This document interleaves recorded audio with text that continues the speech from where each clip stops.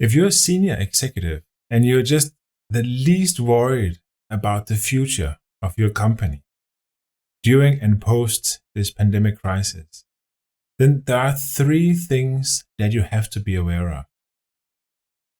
Welcome back, I'm Frederick. The first thing that you have to be aware of is a neutral, objective assessment of the current situation, without rumors, without anything. You have to understand and be aware of what's happening in the market right now and how does it affect me and my company. The second thing, you have to plan for your expected future. You have to set up some scenarios where you have action plans depending on the outcomes of these scenarios. Saying that, I also have to make sure that you know that there are some things that I believe are givens post this pandemic. There are some things that you just have to accept this is how it's going to be and how do I relate to that. And the third thing is that you need to create an organization that is strong enough to face what's coming after the crisis. Because I don't think that after this crisis, everything is just going to be fine and perfect. I think we will see a lot of ups and downs following this crisis. And if you don't have a company that is strong enough to cope with that, then you're still having problems. First off, you need to understand that this whole crisis has made a complete change in consumer and people behavior. We are locked down, we are social distancing, we are thinking about how we interact with people in a completely different way. That affects the way we do business, that affects the way that we treat each other, that affects the way that we use online media. It affects everything in how we live and how we work. Working from home has also made a huge change in our productivity. One should think that if we work from home, we have more time and we don't have, the commute time back and forth from work. We don't have time, transport time between meetings. So we should have more time. Wrong. Everybody, including myself, they feel that they are more busy than ever. They, at the same time, feel that they get more things done. So actually the productivity has increased, but you feel more stressed. You feel more busy. And this new way of working actually affects your mental health. You are trapped in your house. Your office is the same as your home. Your family is there. You don't have this mental feeling that you put on your clothes, you get out of your door, you go to work. No, everything is mixed together. Your home life is your work life, is your home life. It affects people. The situation is also very worrisome for people. So working from home with the family, trying to find out how to get everything to work, feeling more busy, being worried about the future, all affects the mental health of people. It's important that you understand. That being said, I'm certain most companies, they can see that the financials have been influenced by this. You may face problems with your supply of raw materials, so you cannot create the products that you do. So your sales abilities is also down, so you are being hurt on your financial. And all of this is also further fueled by this general uncertainty about what's happening right now, what's happening with us, with my employees, with myself, with my job, with the future. This is the situation we're in today. This is the first thing you have to realize. This is where we are. Moving on, what can we do about it? Well, first let me tell you, there are some things that you can expect are givens out of this crisis. The extent of how much they're going to influence the future is yet to be seen, but I'll guarantee you that these things will affect the new normal that we're looking into. First of all is, of course, the digitization. Most companies have been forced to speed up their digital transformation.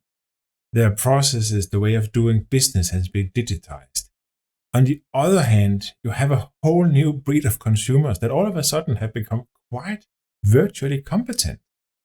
They've become used to dealing with you and other companies. They are used to ordering their groceries online. Elderly people are now all of a sudden used to using the computers because that's the only chance they have to see their family. We're looking into a virtually competent new consumer. We're also, unfortunately, facing unemployment. Many companies' necessary reaction has been to let people go in big scale. the unemployment rates are soaring in all countries.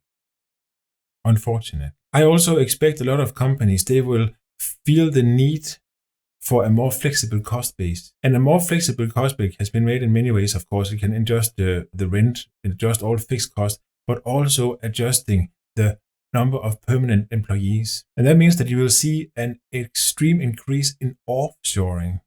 Companies, in order to have a more flexible cost base, will outsource trivial functions so that they can turn up and down for the power, depending on the requirements, depending on how the worlds and the markets are developing. On the other hand, that also means that a lot of people who've lost their jobs, they will be forced to work in this new gig economy where they will be contractual workers, where they will be maybe independent solo workers, just taking various jobs where they are. It's a completely new way of working, completely new mindset of how should we actually start thinking about work? How should we reskill out? Which is, of course, the last things of the things that will happen. Now we are living in a different world. We're living in a much more virtual world. We are living in a world where a lot of things have changed. We will need to reskill ourselves to stay competent and relevant. So how do we adapt to this? To be successful in the future, in the new normal, you have to create a company that is agile and flexible. I don't think we've seen the last wave of troubles in the economy. Maybe the pandemic is soon over, but then you'll have a lot of unrest. You'll have all the unemployment. You will have a recession. There'll be so many things that are unknowns.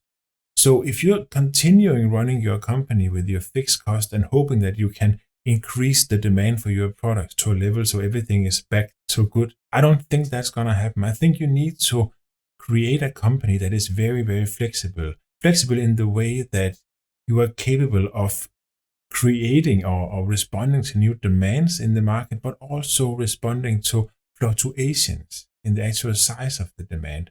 So you can downsize the company or upsize the company basically overnight to control your costs. I think this is going to be such an important competitive advantage going forward. I also think, and this should go without saying, that you have to be virtual. You're dealing with a whole new breed of virtual competent consumers, so you have to be virtual yourself.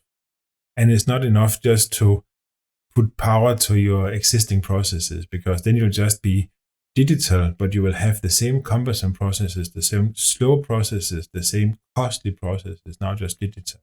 You need to reinvent the way that you do things. You need to reinvent your processes, and you need to do it digitally, and you need to be able to deliver as much as you can in a virtual setting. I think there are so many things that you have to be aware of going forward. But if you start with this, assess the situation, understand and realize, where are we today? What has happened? How does it affect my company as it is today? Get an idea of what will be happening tomorrow for sure. We don't know the extent of it, but we know it will happen. How will that affect your company? What do you have to do now to make sure that when the pandemic is over and you're looking into the new normal, what do you have to do? How does your company have to look to be able to survive and thrive? Tell me what your worries are. I'd like to hear it. I love to hear it. Maybe I have some ideas, some good advice for you where you are. Thank you very much for watching and listening. Stay safe and good luck.